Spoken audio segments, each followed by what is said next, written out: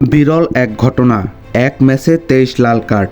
ব্রাজিলের ঘরোয়া ক্যাম্পে মিনারোর ফাইনাল ম্যাচটি হয়ে থাকবে বিরল, কারণ এই ম্যাচটিতে একটি নয় দুইটি নয়, পরপর দেখতে হয়েছে 23টি লাল কার্ড। ঘটনা সামাল দিতে দাঙ্গা পুলিশ নিয়োজিত করা হয়েছে। কিভাবে ঘটলো এই বিরল ঘটনা, চলুন দেখে নেই। ব্রাজিলের ঘরোয়া ক্যাম্প মিনারোর ফাইনাল ম্যাচে মুখোমুখি হয় চিরপ্রতিদ্বন্দ্বী কুজেরো এবং অ্যাথলেটিকো মিনারো। ম্যাচের অতিরিক্ত সময়ে 1-0 গোলে এগিয়েছিল কুজেরো।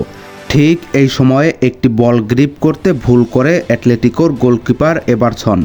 বল দখলের লড়াইয়ে কুজেরোর ডিফেন্ডারের সাথে তার সংঘর্ষ বাঁধলে মেজাজ হারায় এভারসন। তিনি ধাক্কা দিয়ে কুজেরোর ডিফেন্ডারকে ফেলে দেন এবং হাঁটু দিয়ে ঘাড়ে ও পিঠে আঘাত করতে থাকেন। এই ঘটনা দেখে কুজেরোর খেলোয়াড়রা এভারসনকে গোলপোস্টের সাথে ধাক্কা দেন এবং তার মাথা ফেটে যায়। তখন ম্যাচটি আর ম্যাচ থাকে না, পরিণত হয় এক রণক্ষেত্রে।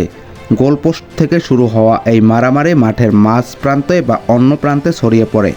খেলোয়াড়রা একে অপরকে লাথি ঘুষি মারতে শুরু করে। বদলি খেলোয়াড়রা, কোচিং স্টাফ এবং নিরাপত্তা কর্মীরা এই দাঙ্গায় জড়িয়ে পড়ে। ভিডিও ফুটেজে দেখা যায় এই দাঙ্গা 1 মিনিটেরও বেশি চলে। তখন এটি নিয়ন্ত্রণ করতে মাঠে নামানো হয় দাঙ্গা পুলিশ। পরে ম্যাচ শেষে কুজেরোর 12 জনকে এবং অ্যাথলেটিকোর 11 জনকে লাল কার্ড দেখানো হয়।